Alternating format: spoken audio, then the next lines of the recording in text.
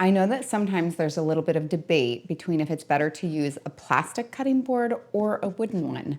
But there's actually been some evidence recently that the plastic ones, because of the fact that they get cut into so much, that they can harbor more bacteria inside that than a wooden one. But a wooden cutting board does need to be maintained properly. So I'm going to show you how to clean it today. Salt is so good because it's the 3 A's. It's abrasive, absorbent, and antibacterial. One of the reasons that it's antibacterial is because it is absorbent, and so it sucks some of the moisture right out of those bacteria, and they can't survive in that environment. It's just too dry for them. So what I'll do is I'll coat my board with a little layer of salt. I could probably have done less than this, but I got a little carried away because I was doing the video, talking at the same time, right? So I'll remove a little bit of that.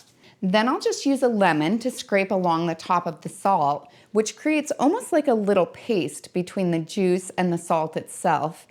And then that draws up any impurities. It helps get rid of the stains. It makes it so that there's no bacteria in it. It is lovely and the perfect way to take care of the cutting board before we oil it, which will be my next step.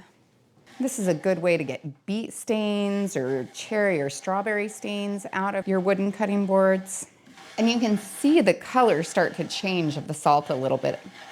And I just go around in a little circular motion, trying to work it through the whole thing, especially in the well-used areas of the board, because I want to make sure I get inside each of those little areas that the knife has cut. I love this method because not only does it work super well, but it's also really easy to do, and I'm not adding any chemicals to my board.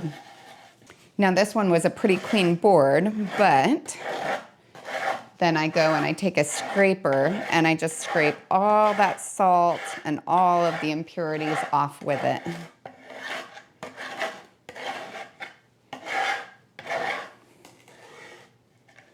And it already looks so much better.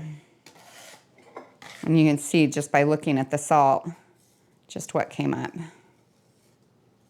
Now I'll rinse this off under hot water and then I'll let it dry really well before I oil it, which is my other video.